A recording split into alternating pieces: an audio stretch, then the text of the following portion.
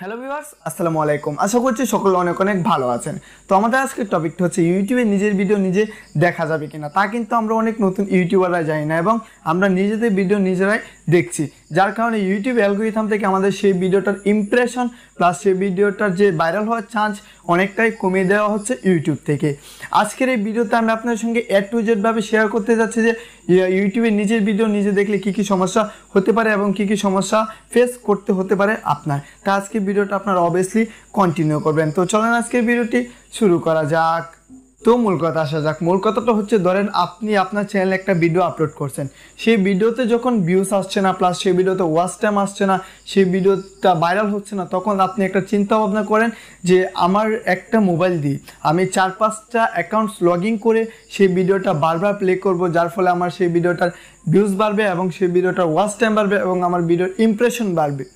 আপনি এমনটা ভেবে কী করেন, আপনার মোবাইলে আপনার ডিভাইসে 4-5টা অ্যাকাউন্ট লগ ইন করে আপনি আপনার ভিডিওটা প্লে করেন, যার ফলে আপনার ভিডিওতে ভিউজ বাড়ে না, আপনার ভিডিওর ইমপ্রেশন কমিয়ে দেওয়া হয় এবং প্লাস আপনার ভিডিওটা ভাইরাল হওয়ার চান্সও ইউটিউব অ্যালগরিদম থেকে কমিয়ে দেওয়া হয়। এবার আসা যাক, ইউটিউব অ্যালগরিদম কীভাবে বোঝে যে আপনি একই ডিভাইস দিয়ে একাধিক অ্যাকাউন্ট লগ ইন করে আপনার ভিডিওটা প্লে করছেন। দেখেন, ইউটিউব অ্যালগরিদম কিন্তু আপনার অ্যাকাউন্টগুলোকে ফলো করে না। ইউটিউব অ্যালগরিদম ফলো করে আপনার ফোনে যে আইপি অ্যাড্রেসটা রয়েছে সেই আইপি অ্যাড্রেসটার উপর। আপনার সেই ফোনের আইপি অ্যাড্রেসের উপর যদি ইউটিউব অ্যালগরিদম ফোকাস রাখে, সেই আইপি অ্যাড্রেসের উপর যদি আপনি 500 অ্যাকাউন্টসও লগ ইন করেন, তাহলে ইউটিউব অ্যালগরিদম বুঝে যাবে।